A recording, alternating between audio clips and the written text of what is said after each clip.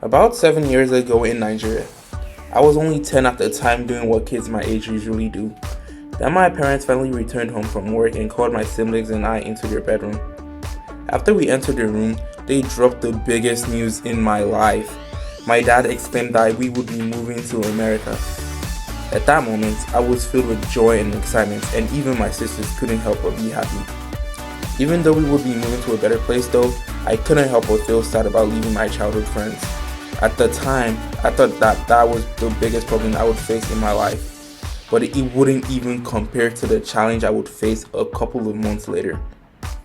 After my family and I left Nigeria and arrived in America, her cousin's family gracefully allowed us to live with them while we would settle into our new lives. And just like that, 3 months has passed, and it was time for me to start going to a new school.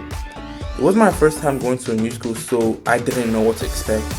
I was excited like anyone would be, not knowing that was the last time I would be happy to go to school in a while. On my first day, my teachers helped me out and introduced me to my new classmates. I barely spoke to my classmates that day and even my teachers. Some of the kids started whispering and making fun of me because I wasn't talking.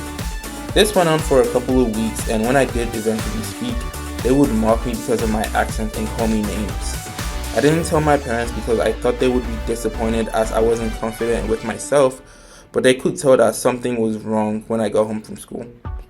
It wasn't until my teachers called my parents to explain what was happening at school that they would finally understand why I was so unhappy to go. When my parents finally got the chance to speak with me, they gave me a word of encouragement and told me that I shouldn't be afraid to be with myself, and not everyone is the same. What is important is that you should be confident enough to express yourself and be strong. What they told me that day honestly still sticks with me to this very day, and the next couple of days that I was in school, I spoke without hesitation.